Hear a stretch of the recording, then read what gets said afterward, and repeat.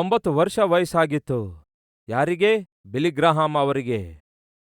90 ವರ್ಷ ವಯಸ್ಸಾದಾಗ ಒಂದು ಮೀಟಿಂಗಿಗಾಗಿ ಅವರನ್ನು ಆಹ್ವಾನಿಸಿದ್ರು. ಹಾಗೆ ಒಂದು ಮೀಟಿಂಗಿಗಾಗಿ ಆಹ್ವಾನಿಸಿದಾಗ ಬಿಲಿ ಗ್ರಹಾಂ ಅವರು ಆ ಮೀಟಿಂಗಿಗೆ ಹೋದ್ರು.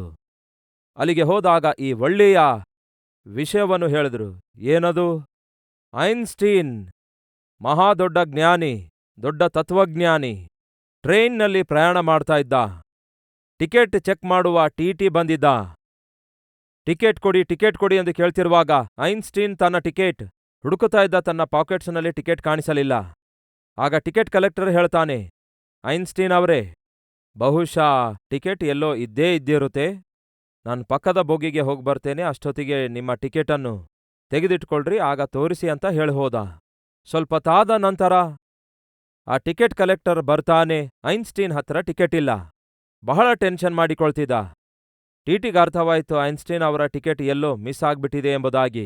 ಸರ್, ನೀವೇನು ವರಿ ಮಾಡಿಕೊಳ್ಬೇಡಿ, ಟಿಕೆಟ್ ಇಲ್ಲದಿದ್ರೂ ಪರವಾಗಿಲ್ಲ, ನಾನೇನು ನಿಮಗೆ ದಂಡ ವಿಧಿಸುವುದಿಲ್ಲ, ರಿಲ್ಯಾಕ್ಸ್ ಆಗಿರಿ ಎಂಬುದಾಗಿ ಮತ್ತೆ ಬೇರೆ ಬೋಗಿಗೆ ಟಿಟಿ ಹೋದ. 1 ಗಂಟೆ ನಂತರ ಮತ್ತೆ ಬಂದು ನೋಡಿದ್ರೆ ಈ ಐನ್ಸ್ಟೀನ್ ತನ್ನ ಸುಟ್ಕೇಸ್ ಎಲ್ಲ ತೆರೆದು ಬಿಟ್ಟಿದ್ರು. ಕೂದಲು ಕಿತ್ಕೊಳ್ತಿದ್ರು, ಪಾಕೆಟ್ ಎಲ್ಲ ಹುಡುಕುತ್ತಾ ಇದ್ರು, ಬೆವರು ಸುರಿಯುತ್ತಾ ಇತ್ತು, ಬಹಳ ಟೆನ್ಷನ್ ಮಾಡಿಕೊಂಡಿದ್ರು. ಆಗ ಆ ಟಿಕೆಟ್ ಕಲೆಕ್ಟರ್ ಹೇಳ್ತಾನೆ, ಐನ್ಸ್ಟೀನ್ ಅವರೇ, ನೀವು ಐನ್ಸ್ಟೀನ್ ಆಗಿದ್ದೀರಿ ಎಂದು ನಮ್ಮೆಲ್ಲರಿಗೂ ಗೊತ್ತು, ಸುತ್ತಲಿರುವವರೆಲ್ಲರಿಗೂ ಗೊತ್ತು ನೀವು ಐನ್ಸ್ಟೀನ್ ಎಂದು.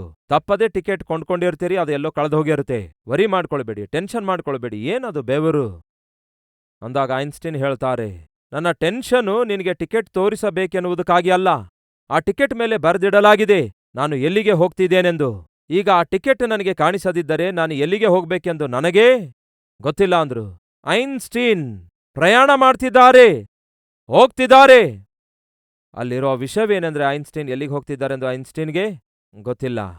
ಹೇಳಿ ಫ್ರೆಂಡ್ಸ್, ಈ ದಿನ ಭೂಮಿಯ ಮೇಲಿರುವ ಪ್ರತಿ ಮನುಷ್ಯ ಅವನು ಎಂಥವನೇ ಆಗಿರಬಹುದು, ಸುಂದರವಾಗಿದ್ದವನಾಗಿರ್ಬೋದು, ಆಟಗಾರನಾಗಿರ್ಬೋದು, ಎಲ್ಲರಿಗಿಂತಲೂ ಮಾತಿನಲ್ಲಿ ನಿಪುಣನಾಗಿರ್ಬೋದು, ಸೈಂಟಿಸ್ಟ್ ಆಗಿರ್ಬೋದು, ಶಾಸ್ತ್ರಜ್ಞನಾಗಿರ್ಬೋದು, ವಿದ್ಯಾವಂತನಾಗಿರ್ಬೋದು, ರಾಜಕೀಯ ನಾಯಕನಾಗಿರ್ಬೋದು, ವ್ಯಾಪಾರಸ್ಥನಾಗಿರಬಹುದು, ರಾಜಕೀಯ ವ್ಯಕ್ತಿಯಾಗಿರಬಹುದು. ಈ ದಿನ ನಾವೆಲ್ಲರೂ ಕೂಡ ಹೋಗ್ತಿದ್ದೇವೆ. ಜೀವಿತ ಎನ್ನುವುದು ಒಂದು ಪ್ರಯಾಣವಾಗಿದೆ. ಎಲ್ಲರೂ ಪ್ರಯಾಣ ಮಾಡ್ತಾ ಇದ್ದೇವೆ. ಆದರೆ ವಿಚಾರಿಸಬೇಕಾದದ್ದೇನೆಂದ್ರೆ, ಎಷ್ಟು ಜನರಿಗೆ ಗೊತ್ತು ಯಾರು ಎಲ್ಲಿಗೆ ಹೋಗ್ತಿದ್ದಾರೆಂದು? ಯಾರಾದರೂ ಸತ್ತಾಗ ಸಾಧಾರಣವಾಗಿ ಹೇಳೋ ಮಾತೇನೆಂದರೆ, ನಿಮಗೆ ಗೊತ್ತೇನ್ರಿ ಇಂತಹ ವ್ಯಕ್ತಿ ಹೋದ್ರಂತೆ, ತೀರಿ ಹೋದ್ರಂತೆ. ಎಲ್ಲಿಗೆ ಹೋದ್ರು? ಅವರಿನ್ನಿಲ್ಲರಿ, ಅವರು ತೀರಿ ಹೋದ್ರು. ಎಲ್ಲಿಗೆ ಹೋದ್ರು? ಈ ದಿನ ಈ ಮಾತು ಕೇಳ್ತಿರುವ ಸಹೋದರಿ ಸಹೋದರ, ನಿಮ್ಮೆಲ್ಲರಿಗೆ ಪ್ರಶ್ನೆ. ಈ ದಿನ ಇಲ್ಲಿದ್ದೀರಿ, ಈ ವಾಕ್ಯ ಕೇಳ್ತಾ ಇದ್ದೀರಿ.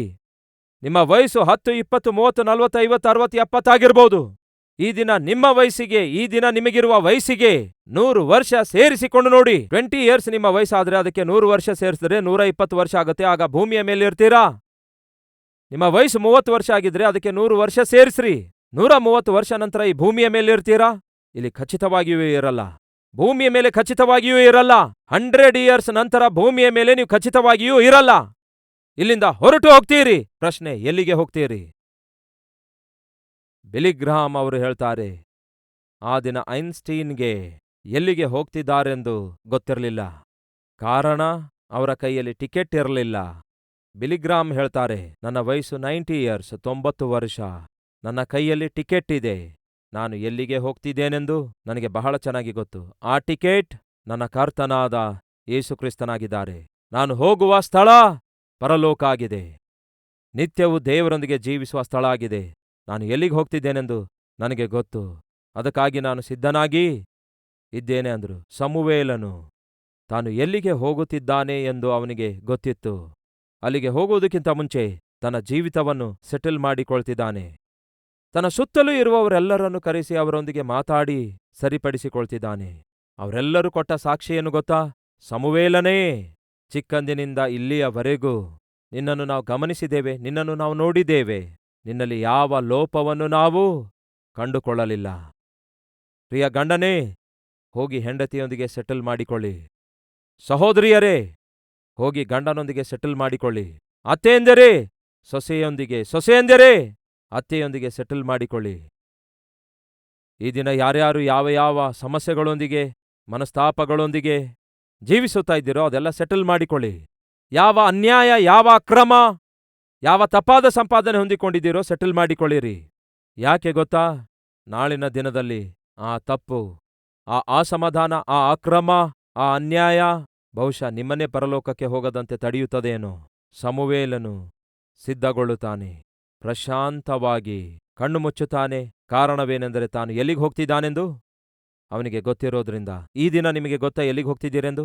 ಗೊತ್ತಿಲ್ಲದಿದ್ದರೆ ಈ ದಿನ ದೇವರಿಗೆ ಕೇಳಿರಿ, ದೇವರೇ, ಮರಣ ಹೊಂದಿದ್ರೆ ಎಲ್ಲಿಗೆ ಹೋಗಬೇಕೆಂದು ಗೊತ್ತಿಲ್ಲ, ಖಚಿತವಾಗಿಯೂ ಪರಲೋಕಕ್ಕಂತೂ ನಾನು ಬರೋದಿಲ್ಲ. ಯಾಕೆಂದರೆ ನನ್ನ ಜೀವಿತ ಸರಿಯಾಗಿಲ್ಲ, ನನ್ನ ಹೃದಯ ಸರಿಯಾಗಿಲ್ಲ, ನನ್ನ ಆತ್ಮಿಕತೆ ಸರಿಯಾಗಿಲ್ಲ, ನಾನು ಮಾಡುವ ಕೆಲಸ ಸರಿಯಾದದಲ್ಲ, ನಾನು ಮಾಡುವ ಉದ್ಯೋಗ ಸರಿಯಾದದಲ್ಲ, ನಾನು ಏರ್ಪಡಿಸಿಕೊಳ್ತಿರುವ ಪರಿಚಯ ಸರಿಯಾಗಿಲ್ಲ, ನನ್ನೊಂದಿಗಿರುವ ಸಂಬಂಧಗಳು ಸರಿಯಾಗಿಲ್ಲ. ನನ್ನನ್ನು ಕ್ಷಮಿಸಿರಿ ದೇವರೇ.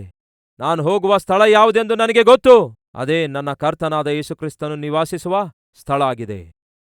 ಪ್ರಶಾಂತವಾಗಿ ಬಿಲಿಗ್ರಾಮ್ ಅವರು ಈ ಲೋಕಯಾತ್ರೆಯನ್ನು ಮುಗಿಸಿದರು. ಪ್ರಿಯರೇ, ಅಂತಹ ಕೃಪೆ ನಿಮಗೂ ಬೇಕೆಂದು ಕೋರಿಕೊಳ್ತಾ ಇದ್ದೀರಾ? ಹೌದೆನ್ನುವುದಾದರೆ ನನ್ನೊಂದಿಗೆ ಸೇರಿ ಪ್ರಾರ್ಥಿಸುವಿರಾ?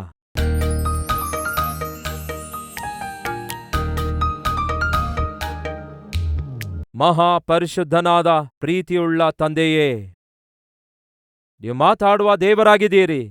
ನಿಮ್ಮ ಮಾತಿನಲ್ಲಿ ಶಕ್ತಿ ಇದೆ. ಅದು ಈಟಿಯಂತೆ ಈ ದಿನ ಅನೇಕರ ಹೃದಯದಲ್ಲಿ ದೇವರೇ ತೂರಿಕೊಂಡಿದೆ.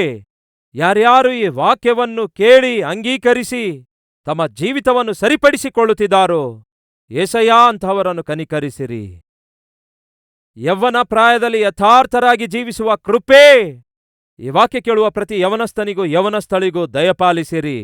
ಈ ವಾಕ್ಯ ಕೇಳುವ ಪ್ರತಿಯೊಬ್ಬರಿಗೂ ಅಂತಹ ಮಾರ್ಪಡುವಿಕೆ ದಯಪಾಲಿಸಿರಿ. ಸೇವೆಯಲ್ಲಿ ಪಾಲ್ಗೊಳ್ಳುವಂಥವರು ಪರಿಶುದ್ಧರಾಗಿ ಜೀವಿಸಬೇಕು.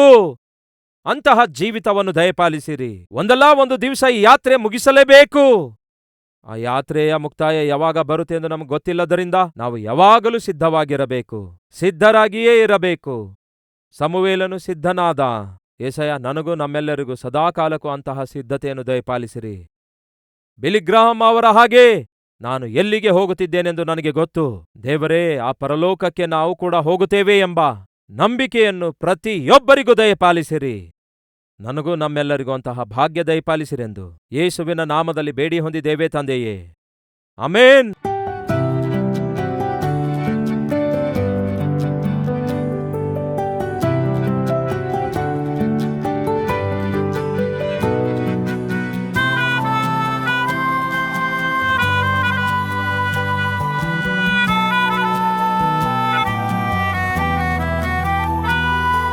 ಈ ದಿನ ಸಾರಿದ ಸಂದೇಶ ನಿಮಗೆ ಆಶೀರ್ವಾದಕರವಾಗಿರುವುದಾದರೆ ಲೈಕ್ ಮಾಡಿರಿ. ಇಂಥ ಅದ್ಭುತವಾದ ಸಂದೇಶಗಳನ್ನು ಪ್ರತಿದಿನ ನೋಡಲು ಆಶಿಸುತ್ತಾ ಇದ್ದೀರಾ? ಹಾಗಾದರೆ ಸಬ್ಸ್ಕ್ರೈಬ್ ಮಾಡಿ, ಹಾಗೆಯೇ ಬೆಲ್ ಐಕಾನ್ ಕ್ಲಿಕ್ ಮಾಡಿ ಅನೇಕರಿಗೆ ಈ ಸಂದೇಶವನ್ನು ಶೇರ್ ಮಾಡುವ ಪ್ರಯತ್ನ ಮಾಡಿ.